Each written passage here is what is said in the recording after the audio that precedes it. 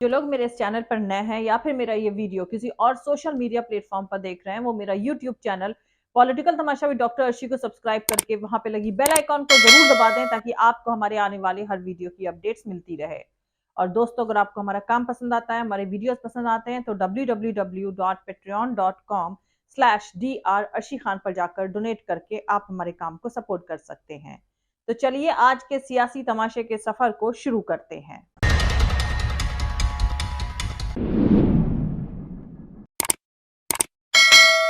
दोस्तों, नए भारत में शुरू होने वाले सियासी तमाशे को लेकर पहले ही आपको इन्फॉर्म कर दूं।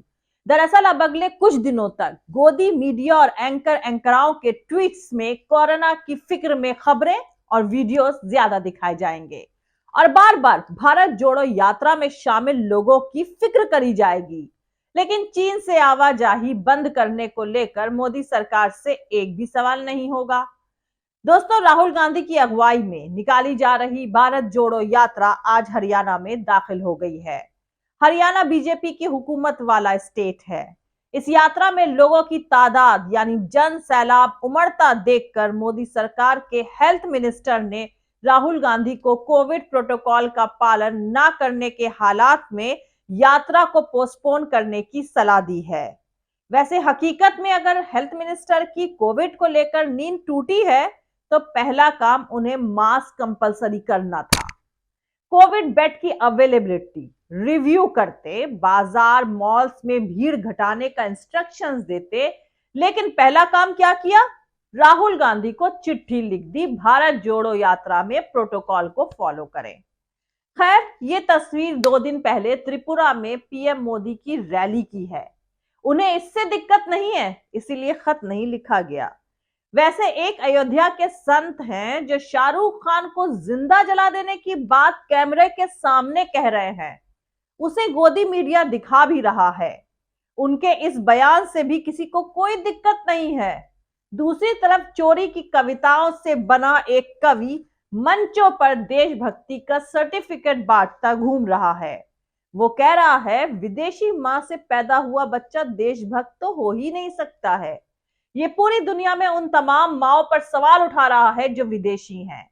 मुल्क के सारे बेशरम अपनी खाल एक साथ उतार रहे हैं। वैसे आपको बता दूं कि मोदी सरकार में फॉरेन मिनिस्टर एस जयशंकर की बीवी, उनकी वाइफ क्यूको जापानी है। उनके 3 बच्चे हैं, अर्जुन, ध्रुव और मेधा। ये बेवकूफ कवि इन बच्चों की देशभक्ति पर भी सवाल उठा रहा है। खैर, उत्तर प्रदेश में अयोध्या के संत हैं जो शाहरुख खान को जिंदा जला देने की बात कर रहे हैं। उससे याद आया कि उत्तर प्रदेश के लखनऊ में बीए के स्टूडेंट अपनी मां के साथ घर से निकली, 2 घंटे बाद उसकी लाश खेत में मिली।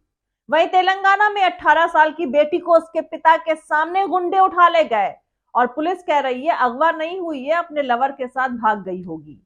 बेटियों के लिए हालात दिन ब दिन खराब होते जा रहे हैं, लेकिन सब तरफ सन्नाटा छाया हुआ है। सोचिए, उत्तर प्रदेश के महोबा में मिड डे मील खाने से 15 छात्राएं बीमार हो गईं।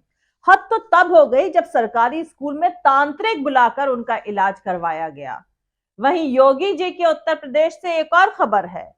लखनऊ यूनिवर्सिटी के एडमिनिस्ट्रेशन ने एक फरमान जारी किया है जिसके मुताबिक हॉस्टल से 8 बजे के बाद लड़कियां बाहर नहीं निकल पाएंगी। अब अहम बात यह है कि ये उसी उत्तर प्रदेश की राजधानी में हो रहा है जहां ये प्रोपेगेंडा किया गया था कि लड़कियां रात 12 बजे गहने यानी जेवरात पहनकर महफूज घूम सकती हैं। वैसे दोस्तों, एक बरनौल वाली खबर और भी है।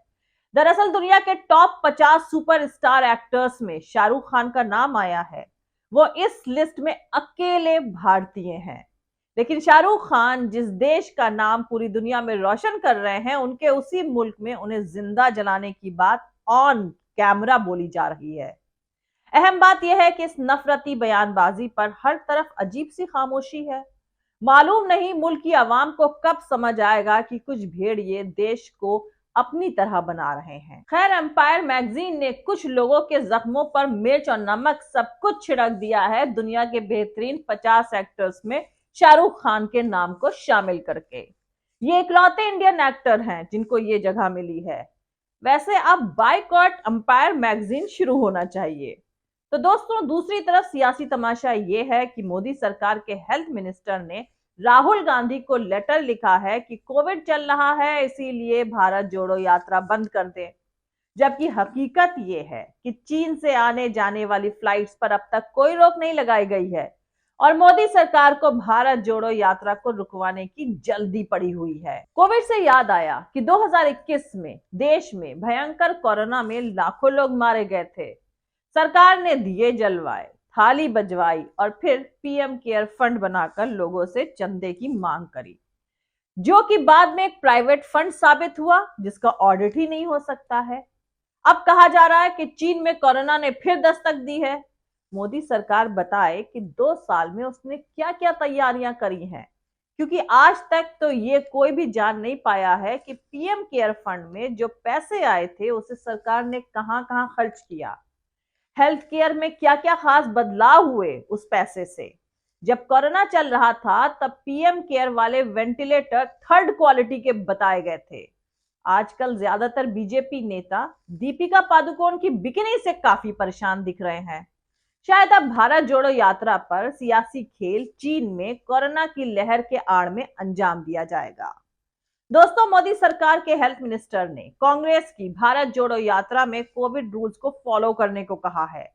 सरकार ने कोविड रूल्स का पालन न करने की सिचुएशन में यात्रा को सस्पेंड करने की सलाह दी है। हेल्थ मिनिस्टर मनसुख मांडविया ने कांग्रेस नेता राहुल गांधी और राजस्थान के मुख्यमंत्री अशोक गहलोत को चिट्ठी लिखी है। लेटर में उन्होंने लिखा है कि राजस्थान के सांसदों पीपी चौधरी, निहाल चंद और देवजी पटेल ने एक लेटर के जरिए भारत जोड़ो यात्रा से फैल रही कोविड महामारी को लेकर फिक्र जाहिर करी थी। उन्होंने कोविड से राजस्थान और देश को बचाने के रेफरेंस में 2 बातों का अनुरोध किया है। भारत जोड़ो यात्रा में कोविड रूल्स और रेगुलेशंस का पालन हो, मास्क और सैनिटाइजर का इस्तेमाल किया जाए और सिर्फ वैक्सीन लगा चुके लोग ही इस यात्रा में हिस्सा लें। यात्रा में जुड़ने से पहले और उसके बाद लोगों को आइसोलेट किया जाए और अगर इन कोविड प्रोटोकॉल का पालन करना मुमकिन नहीं है तो पब्लिक हेल्थ इमरजेंसी के हालात का ध्यान रखते हुए और देश को बचाने के लिए भारत जोड़ो यात्रा को देश हित में रोकने का अनुरोध है। लेकिन कांग्रेस ने इस सलाह को सियासी तमाशा बताया है और बीजेपी से सवाल पूछा है। कांग्रेस नेता अधीर रंजन चौधरी ने कहा है कि मैं बीजेपी से पूछना चाहता हूं कि क्या पीएम मोदी ने गुजरात चुनाव में कोविड प्रोटोकॉल का पालन किया था।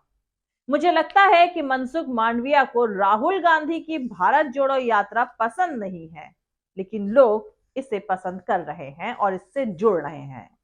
मांडविया को लोगों का ध्यान भटकाने के लिए भेजा गया है। खैर, मोदी सरकार के हेल्थ मिनिस्टर और कोविड प्रोटोकॉल से याद आए बाबा रामदेव और उनकी दवा बनाने वाली कंपनी, जो कोविड के दौरान तब मोदी सरकार के हेल्थ मिनिस्टर की मौजूदगी में कोरोना को ठीक करने वाली एक दवा लेकर आए थे। तब उनके दावे पर काफी बवाल हुआ था। खैर, अब बाबा जी फिर मुश्किलों में हैं। वजह है वही फर्जीवाड़ा। दरअसल दोस्तों, नेपाल के ड्रग रेगुलेटर ने 16 भारतीय दवाई कंपनियों को ब्लैक लिस्ट कर दिया है और इनमें बाबा रामदेव की कंपनी दिव्य फार्मेसी भी शामिल है। न्यूज एजेंसी पीटीआई के मुताबिक रेगुलेटर ने कहा है कि ये कंपनियां डब्ल्यूएचओ के प्रोटेक्शन स्टैंडर्ड का पालन करने में फेल रही हैं। तो आपको बता दूं कि नेपाल ड्रग एडमिनिस्ट्रेशन ने एक नोटिस जारी करके नेपाल के लोकल एजेंट जो कि दवाइयां सप्लाई करते हैं उन्हें फौरन इन्हें वापस लेने के लिए कहा है। नोटिस के मुताबिक इन दवाइयों का नेपाल में इंपोर्ट और डिस्ट्रीब्यूशन नहीं किया जा सकता है। अप्रैल और जुलाई में डिपार्टमेंट ने ड्रग इंस्पेक्टर्स की एक टीम को दवाई कंपनियों की फैक्ट्रियों में भेजा था। बाबा रामदेव की दिव्य फार्मेसी के अलावा इस लिस्ट में Radiant Parenterals Limited, Mercury Laboratories Limited, Alliance Biotech, Captab Biotech, Agglomed Limited, Zee Laboratories, Daffodils Pharmaceuticals, DLS Pharma, Unijules Life Science, Concept Pharmaceuticals, Shri Anand Life Sciences, IPCA laboratory, Cadila Health Care, Dial Pharmaceuticals और मैकुल laboratory भी शामिल है। खैर दोस्तों, मौजूदा भारत में सियासी तमाशा यह है कि सरकार ने राहुल गांधी को भारत जोड़ो यात्रा पोस्टपोन करने को कहा है। हेल्थ मिनिस्टर ने कोविड के नजरिए से भारत जोड़ो यात्रा रोकने के लिए एक लेटर भेज दिया है। लेटर कहता है कि भारत जोड़ो यात्रा में सिर्फ वैक्सीन लगाए हुए लोग ही जुड़े, सोशल डिस्टेंसिंग रखें, आने जाने वालों को आइसोलेट किया जाए और ऐसा मुमकिन ना हो तो यात्रा रोक दी जाए। वहीं स्टेट्स के मुख्यमंत्रियों को भी इसके लिए खत लिखा गया है। जाहिर है अब वहां की पुलिस यात्रा में आने वाले लोगों पर यह सब शर्तें थोपेगी और अड़ंगे लगाएगी। यात्रा का बंद होना पक्का है। मीडिया, इलेक्शन और संसद का रास्ता बंद होने के बाद अब सड़कें ही आखिरी जरिया बची थी मुल्क की आवाम तक अपनी बात पहुंचाने के लिए। ऑपोजिशन उसका ही इस्तेमाल कर रहा था। अब सड़कें भी बंद हो रही हैं। कोविड ट्रम्प कार्ड बनकर आया है। तो दोस्तों, डेमोक्रेसी को नमस्ते ट्रम्प कहिए।